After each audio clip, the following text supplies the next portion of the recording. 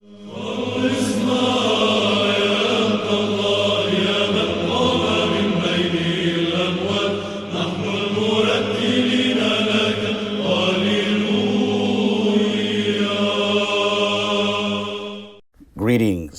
In this video, I want to briefly discuss the biblical term kind, how such is employed in the Bible, and what sort of limitations that term might put on the evolution of living creatures, which is, say, biological evolution. So this video, I'm intending this video as part of a larger discussion on to what extent evolution can be reconciled with the biblical text.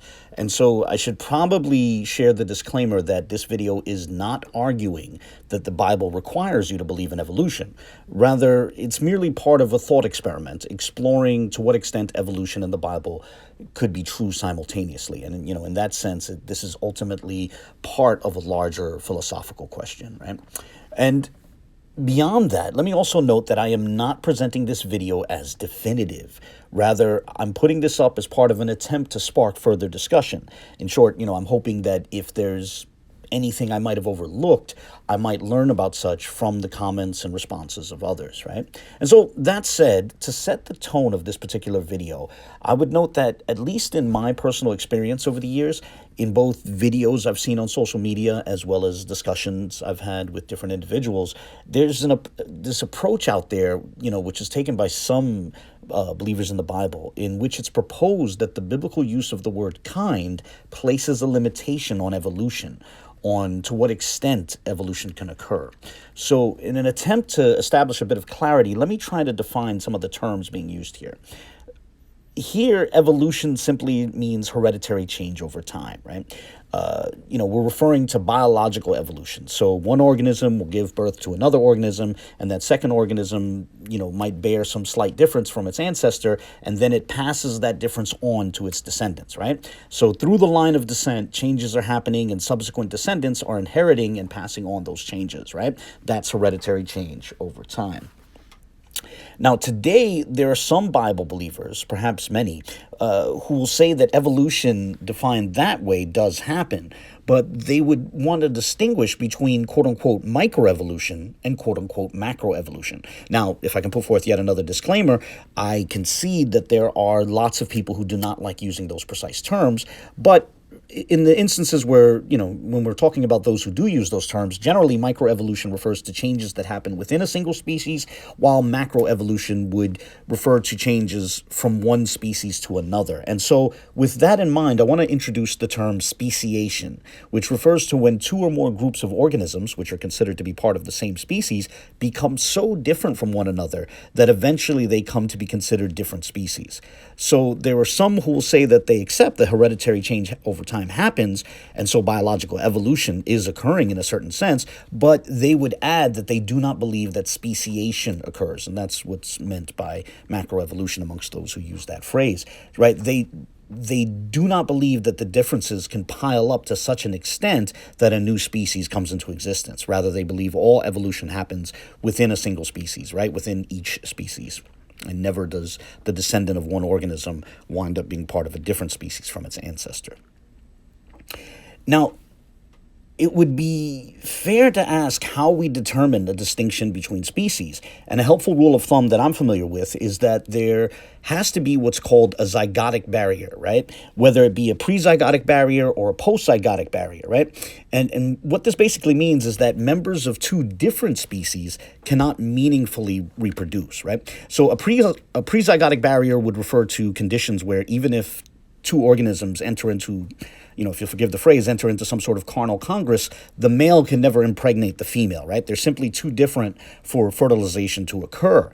Now, a post-zygotic barrier might be a bit more of a murky concept, but it refers to this idea of a situation where impregnation can occur, right? One organism can get another organism pregnant, but the resultant offspring will be infertile, right? So, for example, it's long been believed that mules, which are a mix of horse and donkey, are necessarily infertile, right? However, there are some now who dispute that. There are some out there who claim that there are documented instances of fertile mules which can reproduce, but whatever the case, irrespective of whether there is an actual post-zygotic barrier between specifically horses and donkeys, the point is that a post-zygotic barrier would entail infertile offspring descending from organisms of two different species, right? And so, but putting aside distinctions like prezygotic and postzygotic, the overall idea here is that meaningful reproduction is possible within a single species. When meaningful reproduction is not possible between groups of organisms, there is a zygotic barrier between them, and this is taken by some to be grounds for considering those groups to constitute different species, right? So with those definitions before us, let's get into this appeal to the biblical term kind as part of establishing a textual limitation on biological evolution. You see, in discussions on whether evolution is possible, a proponent of evolution might appeal to, for example, the many different variations of domesticated dogs, right? All these different dog breeds that instantiate different sizes and different hair textures and different facial structures, right? And yet all those different kinds of dogs, they all descend from, some sort of wolf, possibly, right? And, those who go down this road might have fun showing the difference between, for example, a Great Dane and a Chihuahua, right? And so, these are easy visual examples of hereditary change over time.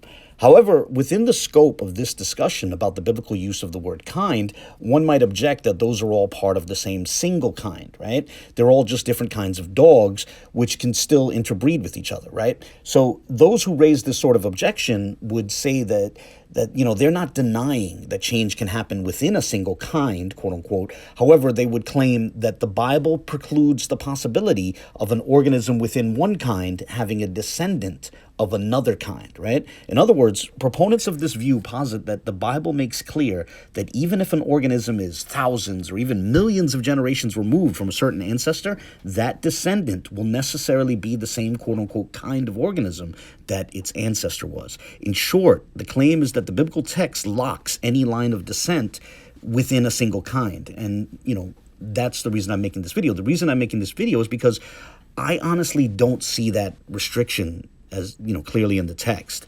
But I also acknowledge that, there could be something that I'm missing here. There could be something I'm overlooking, right? So I wanted to share my preliminary thoughts, and then I wanted to consider the responses of others, right? So with that, I'd like to consider a basic structure which can be found multiple times in the Hebrew text of the Torah. Going from right to left, the relevant phrase or the relevant structure of this sort of phrase, right, will begin with a noun, and then it'll be followed by the word min, which is typically translated kind, and that word min will have a lamed prefix to it as a preposition, and then it'll also have a possessive suffix at the end of it. Now, that description of that structure, that might sound a bit confusing, so let's consider an actual example. In Genesis 1:24, you can find the phrase nefesh chaya lemina. The portion which reads nefesh chaya is the noun. Now, technically, in this case, that's a noun followed by an adjective, but as the adjective is modifying the noun, we'll just think of these two words as standing in place of the noun in our basic structure, right? So, nefesh chaya is singular, and we might translate it living thing or a living thing, right? And then the second word is lemina, which begins with that lamed prefix as preposition and then has the word min or kind as its core and then ends with the feminine singular possessive suffix because the noun at the start is feminine, right? Nefesh is feminine here, hence nefesh chaya, right? So we might translate this phrase as a living thing to its kind, right? Now, my preliminary question here would be, how might we interpret a phrase of this structure, right? Is nefesh chaya or living thing, is that a kind, right? Is that what this phrase means? Does it mean that there is a particular kind and that kind is nefesh chaya, right? Because the reason why this is an important question is because if nefesh chaya, living thing, qualifies as a kind, then the next question would be, what sort of organisms fall within that quote-unquote kind, right? It would seem that, for example, a buffalo qualifies as a living thing and an iguana just as, qualifies as a living thing, right? So both buffaloes and iguanas fall under this heading, which would then beg the question, if nefesh chaya is a single kind encompassing different species and change can happen within a single quote-unquote kind, what about this text would preclude speciation, right? I think that's a fair question. Of course, there is an alternative option here. Rather than interpret a phrase of this structure as meaning that nefesh chaya qualifies as a quote-unquote kind, one might instead interpret this phrase as meaning that nefesh chaya is an overarching category in which there are multiple kinds, right? That would mean that when we see a phrase of this structure, it does not preclude the noun from encompassing multiple kinds. However, with that alternative in mind, permit me to introduce yet another phrase, and that phrase is oreb lemino, which is found in two verses, Leviticus 11:15 and Deuteronomy 14:14. And this phrase, oreb lemino, can be translated as a raven to its kind. Notice that the structure of the second phrase is identical to the structure of the first phrase. In the second phrase, oreb, or raven, is the noun. And then lemino is the same construction as in the first phrase, with the only difference being that it has a masculine singular possessive suffix rather than a feminine singular possessive suffix. And that's because the word oreb, which means raven, is masculine singular. Now, if the first phrase can mean that there are multiple kinds within the category living thing, then we should ask, can the second phrase mean that there are multiple kinds within the category raven? I imagine that there are many who would be fine with the idea of there being multiple kinds of ravens. But that would raise another question. What in the structure of this phrase precludes the possibility of one kind of raven having a descendant, which is a different kind of raven? I find this question interesting because I'm confident that there are many, especially, within the spectrum of those who use phrases like microevolution and macroevolution, I'm confident that many would be fine with the idea of there being multiple kinds of ravens and there being hereditary change within the category of raven, where new kinds of ravens arise from older kinds of ravens, provided that they're all still ravens. But here's the issue. If it is possible for one kind of raven to evolve into a different kind of raven, then a phrase of the structure above does not limit descendants of an organism to a single kind. Now, to be clear, this is a point about the limitations imposed on the text. If we interpret phrases of the structure as setting the noun as a category with multiple kinds within it, then the second phrase can refer to multiple kinds of ravens, right? That's the point here. And if you do not see the text as precluding a transition within the category raven from one kind of raven to another kind of raven, then you would be conceding that a text with this structure does not limit an organism's descendants to a single kind. Or, put another way, consider this. If the structure of the second phrase does not preclude the possibility of transitions from one kind to another within the category raven, then so too the structure of the first phrase should not preclude the possibility of transitions from one kind to another within the category living thing. Now, perhaps that point might be discomforting for some, but it's here that we should ask this question. If you posit that biblical use of the word kind, or mean, establishes the rule that all of an organism's descendants must be within the same kind as their ancestor, what are the textual indicators necessitating such?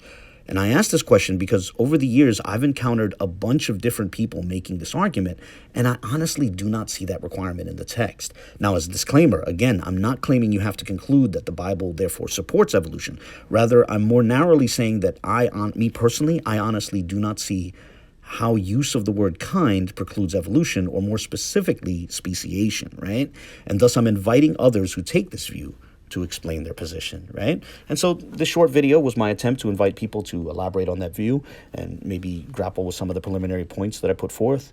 And, so as always, I look forward to the comments of others, the comments, the questions, criticisms, so share your thoughts, whether positive or negative. And, I look forward to reading them and engaging them. And with that, I say, God bless.